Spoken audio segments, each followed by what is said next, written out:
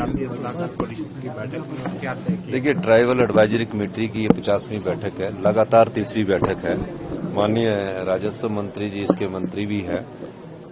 जो ट्राइबल से संबंधित मुद्दे हैं उनको समझने की और उनको दूर करने की कोशिश की जाती है। माननीय जगत सिंह नेगी जी ने एक नया रोड की बात की है, जो निगुलसराय में हमेशा अड़चने रहती थी, बरसात में पूरा बंद हो जाता था। एक नया रोड इन्होंने बनाने की बात की है, जिसको कि इन्होंने कहा है कि हम 15 फरवरी तक उसको कंप्लीट करने की कोशिश करेंगे, ताकि पूरा जो किन्नौर है वो स्पीति है बरसातों के समय और डिफेंस की मूवमेंट वो खराब ना हो।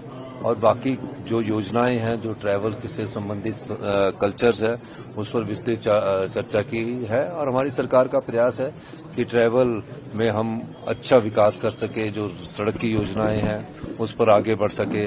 और पिछले दिनों माननीय मंत्री जी की लेफ्टिनेंट जनरल से भी मुलाकात हुई है ट्रैवल में टूरिज्म को बढ़ावा करने के लिए और सोलर एनर्जी के और विंड एनर्जी के पावर प्रोजेक्ट्स लगाने के लिए। उन सब बारों में चर्चा हुई है।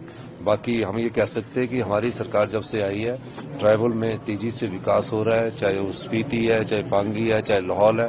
और पांगी वालों का हमने पिछली बार 60 रुपए किलो जौ के हिसाब से एमएसपी दिया है और पांगी को हमने सब डिवीजन को हमने नेचुरल फार्मिंग के लिए डिक्लेयर किया है।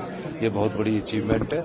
और इसके बाद जो भी ट्राइबल से संबंधित है माननीय मंत्री जी जगत नेगी जी आपको बड़ी रैली हुई है, इतना बड़ा संदेश है 2027 के चुनावों के लिए। देखिए, नेता प्रतिपक्ष की बात पर अब जवाब देने का मन ही नहीं करता, क्योंकि वो हर चीज का कोई ऐसी बात करते हैं जिसमें कोई तथ्य नहीं होती। झूठ पर झूठ बोलना है, अब झूठ पर हम क्या जवाब दें।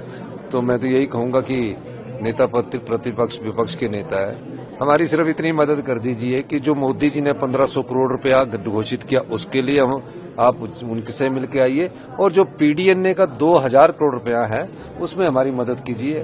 पर उसमें वो मदद नहीं कर पाएंगे। मोदी जी का 1500 करोड़ रुपया देंगे तो हम आर्थिक जो आपदा में जो नुकसान हुआ उसको और तेजी से काम करेंगे। वैसे हम अपने राजस्व से तेजी से काम कर रहे हैं। और सबसे ज्यादा फायदा नेता प्रतिपक्ष को ये सोचना चाहिए कि वो सिराज वालों के दुश्मन है। सबसे ज्यादा फायदा तो उनकी विधानसभा क्षेत्र को हुआ है, सबसे ज्यादा राहत तो उनकी विधानसभा क्षेत्र को हुई है, सबसे ज्यादा सड़कें तो उनकी विधानसभा क्षेत्र को हुई है। तो ये चीज कहना, अब उनकी हर बात का जवाब देना उचित नहीं है।